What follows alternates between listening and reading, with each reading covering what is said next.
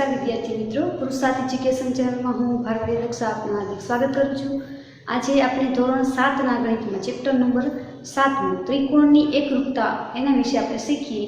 તો આપણે અગાઉના ચેપ્ટરમાં જે ત્રિકોણના ગુણધર્મ જોયા ત્યાર પછી આપણે આવે છે કે ત્રિકોણની એકરૂપતા કઈ રીતે થઈ શકે। તો એના માટે ઘણી શરતો એટલે કે પૂર્વધારણા સ્વરૂપે આપેલી છે। તો આપણે જોઈએ કે જો બે રેખાખંડોની લંબાઈ સરખી હોય तो बे रेखाखंडो एकरूप रेखाखंडो छे એટલે કે બંનેના માપ સરખા હોય તો બંને એકરૂપ છે તેમ આપણે કહી શકીએ। એવી જ રીતે રેખાખંડોની બદલે જો બે ખૂણાઓના માપ સરખા હોય તો તે બે ખૂણાઓ છે એ પણ એકરૂપ ખૂણા છે તેમ કહી શકીએ। બંનેનું માપ એક જ હોય, માનો કે 85 ને બીજો ખૂણો પણ 85 નો ત્રિકોણનો છે તો બંને ખૂણા છે એકરૂપ થાય, अथवा 45 ના હોય તો એ પણ એકરૂપ થઈ શકે।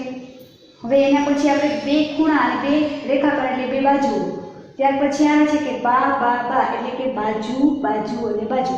ત્રિકોણમાં બાજુ બાજુ અને બાજુ એટલે ત્રણે ત્રણ બાજુઓ એની પૂર્વધારણા આપેલી છે કે આપેલી સંગતતા માટે એક ત્રિકોણની ત્રણ બાજુઓ બીજા ત્રિકોણની અનુરૂપ ત્રણ બાજુઓની એકરૂપ હોય તો આ બે ત્રિકોણો એકરૂપ ત્રિકોણ છે તેમ કહી શકાય। એટલે માનો કે એક ત્રિકોણમાં જે બાજુઓ છે તે ત્રણેય બાજુને અનુરૂપ બીજા ત્રિકોણની બાજુઓનું બંનેના માપ અનુરૂપ હોય એટલે કે બંનેના સરખા હોય તો બંને ત્રિકોણ છે એકબીજાને અનુરૂપ છે તેમ કહી શકાય। એટલે કે બા બા બા પૂર્વધારણાને આધારે કેમ કે ત્રણ ત્રણ બાજુના માપ બેને સરખા છે એટલા માટે આપણે બે ત્રિકોણને અનુરૂપ માટે ત્રણ બાજુઓ સરખી હોય ત્રિકોણની અને બીજા ત્રિકોણની પણ સરખી હોય તો તેને એકબીજાને અનુરૂપ એકબીજાને એકરૂપ ત્રિકોણો કહી શકાય છે।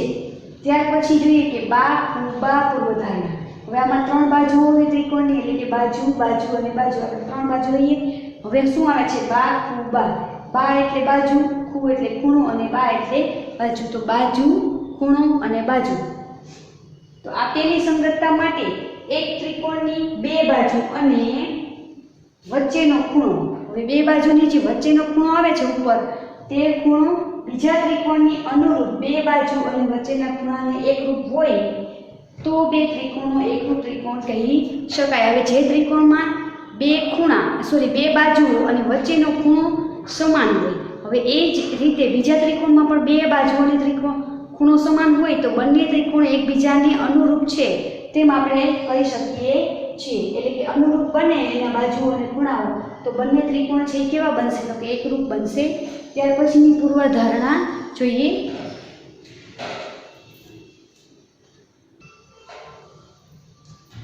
ત્યાર પછી પૂર્વધારણા છે ખૂબાખૂ પૂર્વધારણા। એટલે કે જે આપણે બા બા બા અને બાખુ બા જોઈ ત્યાર પછી ખૂબાખૂ એટલે કે ખૂ એટલે ખૂણો, બાજુ ખૂણો એટલે કે બે ખૂણા અને એક બાજુ આવતી હોય। આપેલી સંગતતા માટે એક ત્રિકોણના બે ખૂણા અને વચ્ચેની बाजू बीजा त्रिकोणना अनुरूप बे खूणा अने वच्चेनी बाजू साथे अनुरूप होय तो आ बे त्रिकोण छे एकरूप त्रिकोण कही शकाय छे। केना आधारे तो के खूबाखू पूर्वधारणाना आधारे बे त्रिकोणना बे खूणा अने वच्चेनी बाजू जो एकरूप थाता होय तो बे त्रिकोण छे अनुरूप होय तो बे त्रिकोण एकरूप कही शकाय छे। त्यार पछीनी पूर्वधारणा छे एमां छे काकबा। એટલે કે આપેલી સંગતતા માટે કાટકોણ ત્રિકોણમાં જો કર્ણ અને એક બાજુ બીજા ત્રિકોણના અનુરૂપ કર્ણ અને એક બાજુ સાથે એકરૂપ હોય તો બે ત્રિકોણ એકરૂપ ત્રિકોણ કહી શકાય છે। હવે કાટકોણ ત્રિકોણ હોય એમાં કર્ણ અને એક બીજી બાજુ અને બીજા ત્રિકોણમાં પણ કર્ણ અને બીજી બાજુ જો એકરૂપ થતા હોય અનુરૂપ થતા હોય તો તે બે ત્રિકોણ છે એકરૂપ થઈ શકે છે કાકબા પૂર્વધારણાને આધારે। એટલે કે કાટકોણનું કર્ણ અને બાજુ। કાકબાનો મતલબ શું થાય કાટકોણ, કા એટલે કાટકોણ, ક એટલે કર્ણ અને બા એટલે બાજુ। કાટકોણનું એક કર્ણ અને એક બાજુ અનુરૂપ હોય તો એકરૂપ થઈ શકે છે। હવે આપણે જોઈએ ત્યાર પછી સ્વાધ્યાય 7.1।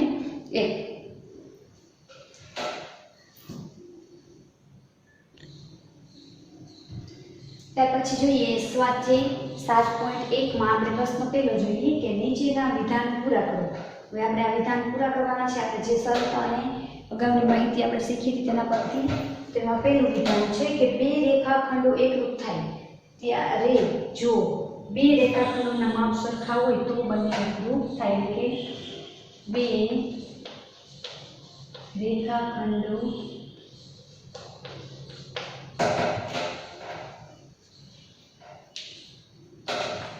ની લંબાઈ અથવા એનું માપ સરખી હોય, બે રેખાખંડોની લંબાઈ સરખી હોય ને તો બે રેખાખંડો એકરૂપ બને છે. એના પછી બી છે કે બે એકરૂપ ખૂણાઓ પૈકી એક ખૂણાનું માપ 70 છે, 70 અંશ, તો બીજા ખૂણાનું માપ કેટલું થાય? તો 70 જ થાય. તો જ બે ખૂણા એકરૂપ થઈ શકે છે. એટલે બંનેના માપ એક સરખા હોય તો બંને ખૂણા એકરૂપ છે એવું આપણે કહી શકીએ. તો આપણે કીધું છે કે બે ખૂણાઓ પૈકી, જો અહીં લખ્યું છે કે બે એકરૂપ ખૂણાઓ પૈકી, હવે એકરૂપ ખૂણાઓ હોય તો બેના માપ સરખા હોય, તો એકનું માપ આપણે 70 આપેલું છે, તો બીજાનું પણ કેટલું હોવું જોઈએ? તો કે બીજાનું પણ 70 અંશ જ હોય તો જ બંને એકરૂપ ખૂણા બને છે.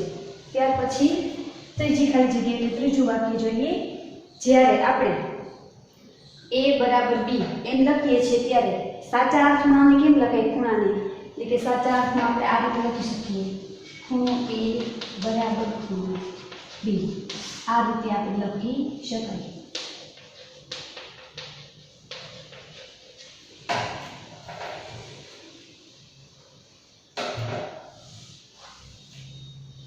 ત્યાર પછી આ પહેલા પ્રશ્નમાં વિધાન આપણે પૂરા કર્યા.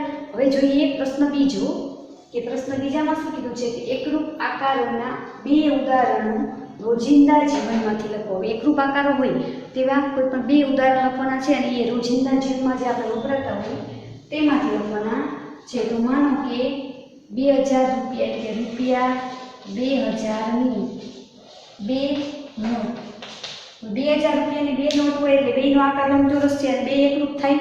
અને બીજું જોઈએ કે ગણિતના ધોરણ 7ના બે પાઠ્યપુસ્તક. હવે બંને પાઠ્યપુસ્તક લંબચોરસ છે અને બે પાઠ્યપુસ્તક કીધા એટલે બંને છે એકરૂપ બની શકે. એના પછી ત્રીજું છે કે 5 રૂપિયાના અથવા આપણે લઈએ 1 રૂપિયાના બે સિક્કા. આવા તમે ઘણા બધા ઉદાહરણો લખી શકો જે રોજિંદા જીવનમાં વપરાતા હોય અને બંનેના આકારો છે કેવા હોય તો કે એકરૂપ આકાર બની શકે છે. પછી તમે આની જગ્યાએ કોઈ લખો કે બે સ્લેટ અથવા બે બોર્ડના આકાર આપણે લખી શકીએ, પછી બે ચોકના લખી શકીએ, બે બુક લખી શકીએ, બે વોટર બેગ, એવી અલગ અલગ કેટલી વસ્તુઓ છે રોજિંદા જીવનમાં વપરાતી હોય તે બંને એકરૂપ આકારો થાય તેવા આપણે ઉદાહરણો ગમે તે વિદ્યાર્થીઓ આ સિવાયના પણ લખી શકીએ. હવે ત્યાર પછીનો પ્રશ્ન આપણે ત્રીજો જોઈએ.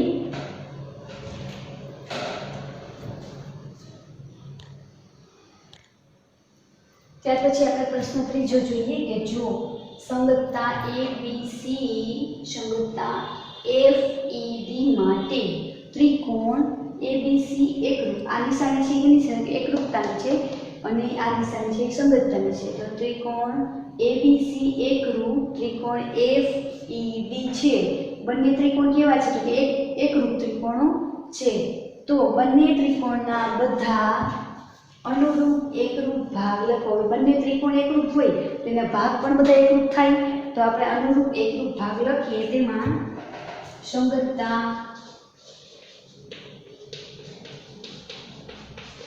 ABC સંગત FED છે. FED માટે ત્રિકોણ ABC એકરૂપ ત્રિકોણ FED. હવે એના એકરૂપ ખૂણા લખીએ પેલા અનુરૂપ. તો જોઈએ કે ખૂણો A એકરૂપ શું થશે? તો કે A ની સામે F, ખૂણો F. ત્યાર પછી ખૂણો B એકરૂપ ખૂણો E. ત્યાર પછી ખૂણો C એકરૂપ ખૂણો D. હવે આ ત્રણે ત્રણ ખૂણા એકરૂપ થયા. હવે એની બાજુ લખીએ. તો પહેલા AB એકરૂપ બાજુ FE અથવા EF ત્યાર પછી BC એકરૂપ ED અને AC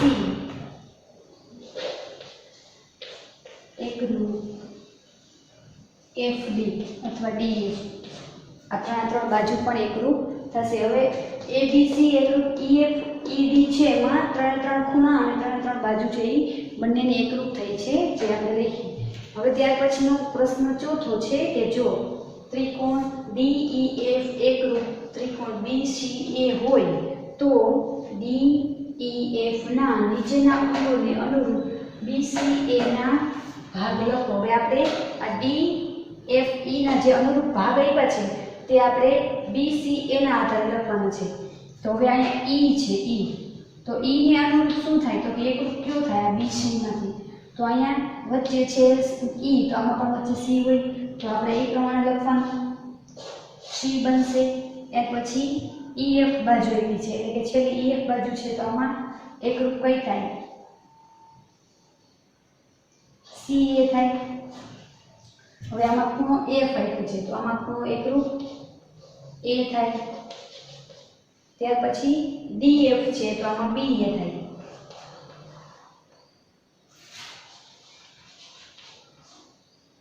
ત્રિકોણ DEF ના અનુરૂપ અંગો ત્રિકોણ BCA ના આધારે આપણે નીચેના જે અંગો હતા તે લખ્યા. આપણે પ્રશ્ન ચોથો પણ અહીંયા પૂરો કર્યો છે. હવે આપણે સ્વાધ્યાય 7.1 અહીંયા પૂર્ણ કરીશું. Thank you.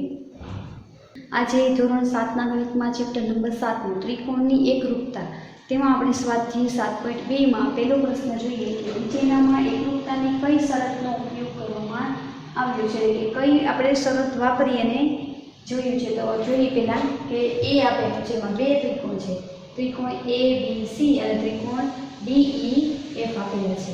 હવે એમાં પક્ષ એટલે કે AC છે એના બરાબર DE, તો આ AC બાજુ એની બરાબર આ DF બાજુ બરાબર છે.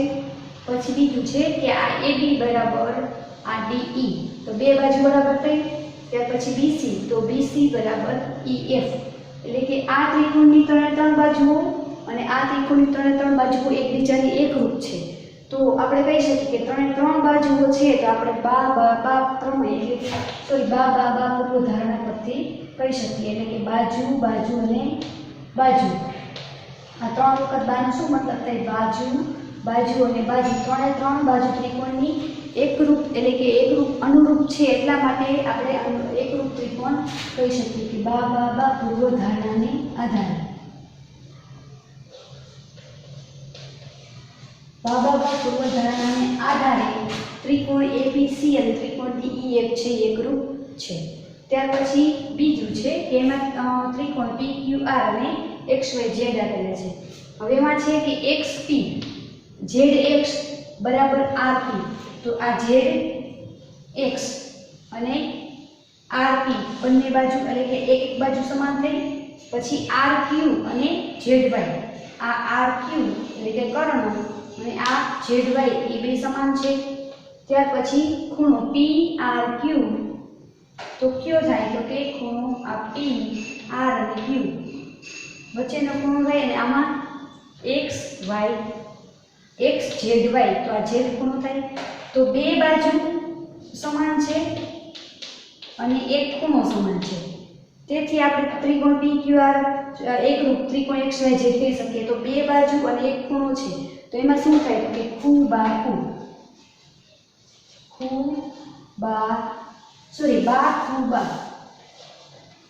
બાજુ ખૂણો બાજુ.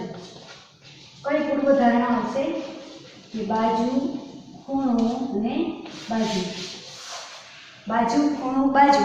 આ પૂર્વધારણા પરથી આ ત્રિકોણ PQR અને XYZ બે એકરૂપ છે તેમ આપણે કહી શકીએ છીએ. ત્યાર પછીની આકૃતિ જોઈએ.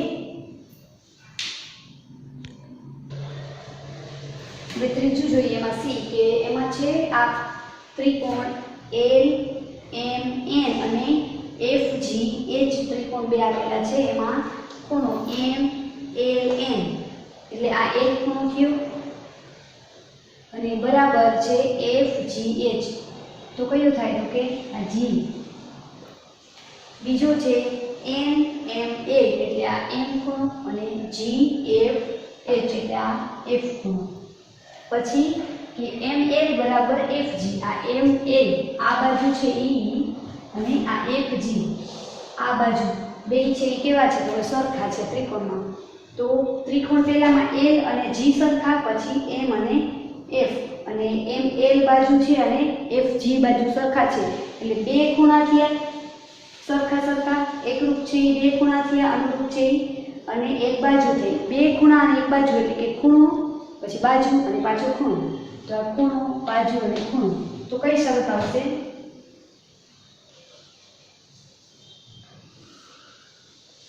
ખૂણો બાજુ ખૂણો એટલે ખૂબાખૂ પૂર્વધારણા. પરથી આપણે ખૂબાખૂ પૂર્વધારણા પરથી કહી શકીએ કે ત્રિકોણ MMN એકરૂપ ત્રિકોણ GFH છે એકરૂપ છે.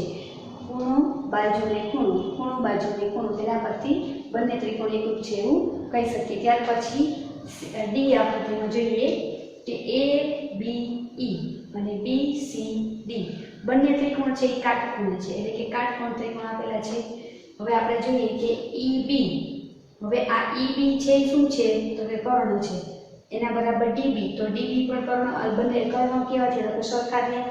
પછી AE આ એક બાજુ થઈ અને BC આ ત્રિકોણની આ એક બાજુ થઈ તો બંને બાજુ એક બાજુ સરખી થઈ અને ખૂણો A અને ખૂણો C બંને કાટખૂણે એટલે કે 90°ના છે.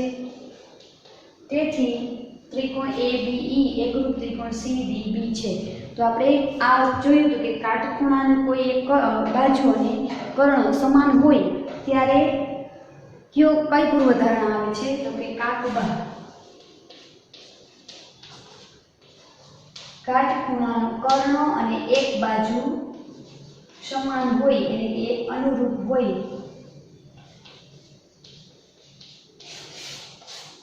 તો કાટખૂણાનો કર્ણ બંનેને સમાન છે અને બા એટલે કે બાજુ તો એક બાજુ પણ સમાન છે અને કાટખૂણો પણ બેયમાં છે.